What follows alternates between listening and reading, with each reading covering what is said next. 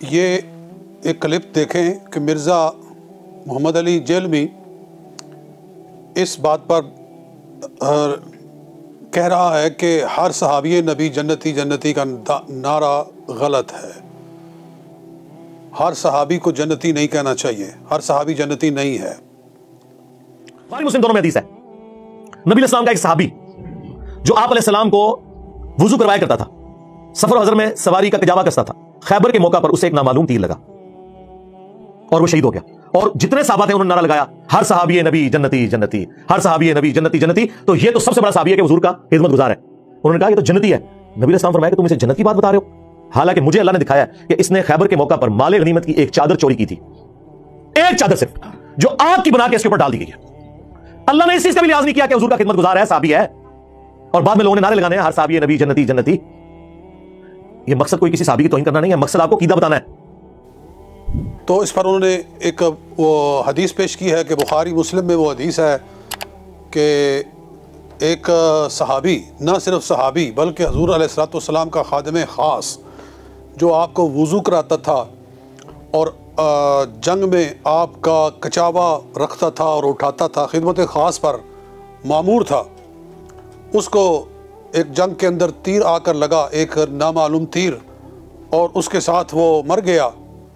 تو لوگوں نے آ کر کہا کہ ہر صحابی نبی جنتی، تو یہ جنتی ہے کیونکہ حضور علیہ السلام کا خادم ہے.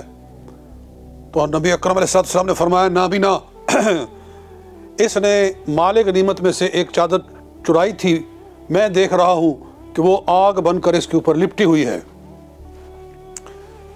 تو حضور علیہ السلام نے بتا دیا کہ چاہے میرا خادم خاص ہی کیوں نہ ہو، چاہے وہ مجھے وضو ہی کیوں نہ کراتا ہو اور میرے کچاوے کو اٹھاتا رکھتا ہو، لیکن وہ ایک چادر بھی چرائے گا تو جہنم میں جائے گا. تو تمہارا دعویٰ کدھر گیا کہ ہر صحابی نبی جنتی جنتی؟ تو مرزا صاحب نے اس جگہ پر حدیث کو بیان کرنے میں خیانت سے کام لیا ہے. پہلی بات تو ہمارا دعویٰ قرآن کی بنیاد پر ہے کہ اللہ رب العزت نے قرآن پاک میں ارشاد فرمایا ہے، سورہ حدید آیت نمبر 10، کہ لا يستوی منکم من انفق من قبل الفتح وقاتل اولئک اعظم درجة من الذین انفقوا من بعد وقاتلوا وکلا وعد اللہ الحسنى. کہ فتح مکہ سے پہلے جو ایمان لائے اور انہوں نے راہ خدا میں مال خرچ کیا وہ بعد والوں کے برابر نہیں ہیں. اولئک اعظم درجة من الذین انفقوا من بعد، جنہوں نے پہلے ایمان قبول کیا اور مال خرچ کیا وہ بہت عظیم درجہ رکھتے ہیں بعد والوں سے. لیکن بعد والے ہوں یا پیچھے والے ہوں، کل وعد اللہ الحسنى، ہم نے سب کے ساتھ جنت کا وعدہ فرما لیا ہے. الحسنى کا معنی ہی ہے جنت، کیونکہ دوسری جگہ پر سورہ انبیاء میں اللہ تعالیٰ ارشاد فرماتا ہے کہ ان الذین سبقت لهم منا الحسنى اولئک عنہا مبعدون، کہ جن لوگوں کے لیے حسنہ کا وعدہ ہو گیا ہے وہ دوزخ سے دور رکھے جائیں گے. لا يسمعون حسیسها، وہ تو دوزخ کی آہٹ بھی نہیں سنیں گے. تو ان دونوں آیتوں کو ملا کر کیا نتیجہ نکلا کہ حضور علیہ السلام کے سارے صحابہ، چاہے فتح مکہ سے پہلے والے ہوں یا بعد والے ہوں، ان سب کو اللہ تعالیٰ نے دوزخ سے دور کر دیا. وہ دوزخ کی آہٹ بھی نہیں سنیں گے اور وہ جنت کے حقدار ہو گئے. یہ تو قرآن ہے. اس کے بعد پھر حدیث کو قرآن کی روشنی میں سمجھنا چاہیے، اور پھر کم از کم حدیث پوری تو پڑھ لینی چاہیے. جی، صحابہ کرام کو دوزخی ثابت کرنے کے سے پہلے معاذ اللہ پہلے حدیث تو پڑھ لی ہوتی.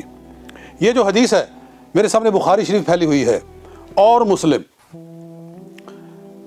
بخاری اور مسلم دونوں میں واقعہ یہ ہے کہ بخاری کی حدیث نمبر 4234 ہے کہ ایک آدمی تھا یحط رحل رسول اللہ صلی اللہ علیہ وسلم، حضور علیہ السلام کا کچاوا اٹھاتا اور رکھتا تھا.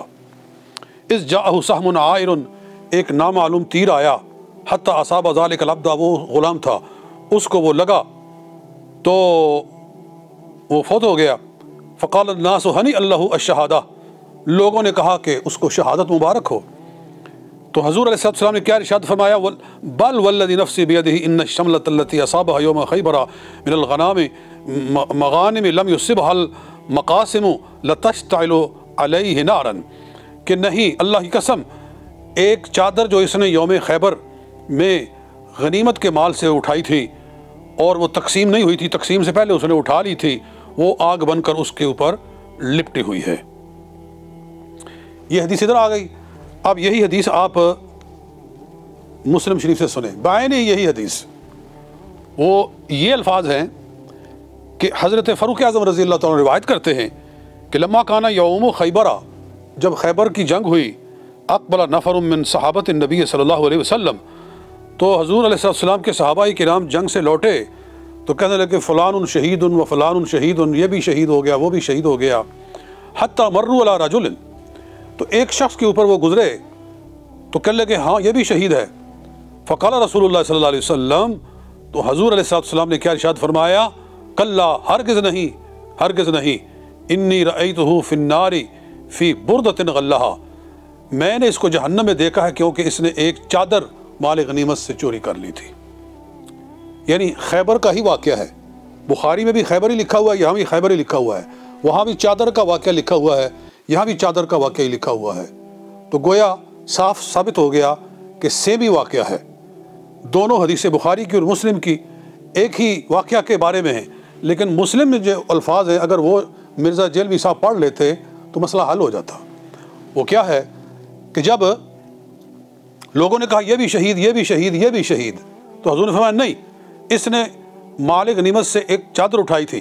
پھر حضور نے فرمایا یا ابن الخطاب، اے ابن خطاب، اذهب فنادِ فی الناس، جاؤ لوگوں میں اعلان کرو، انہ لا يدخل الجنۃ الا المؤمنون، کہ جنت میں صرف مومنین ہی داخل ہوں گے، جنت میں کوئی کافر داخل نہیں ہوگا۔ اس موقع پر اعلان فرمایا۔ اس لیے اس کی تشریح میں علماء فرماتے ہیں کہ وہ بندہ منافق تھا، وہ صحابی نہیں تھا، صحابی تو دور کی بات ہے، مومن ہی نہیں تھا، کیونکہ حضور علیہ السلام نے فرمایا کہ اعلان کرو کہ جنت میں صرف مومن جائے گا، یہ مومن نہیں ہے اس لیے یہ جہنم میں جائے گا۔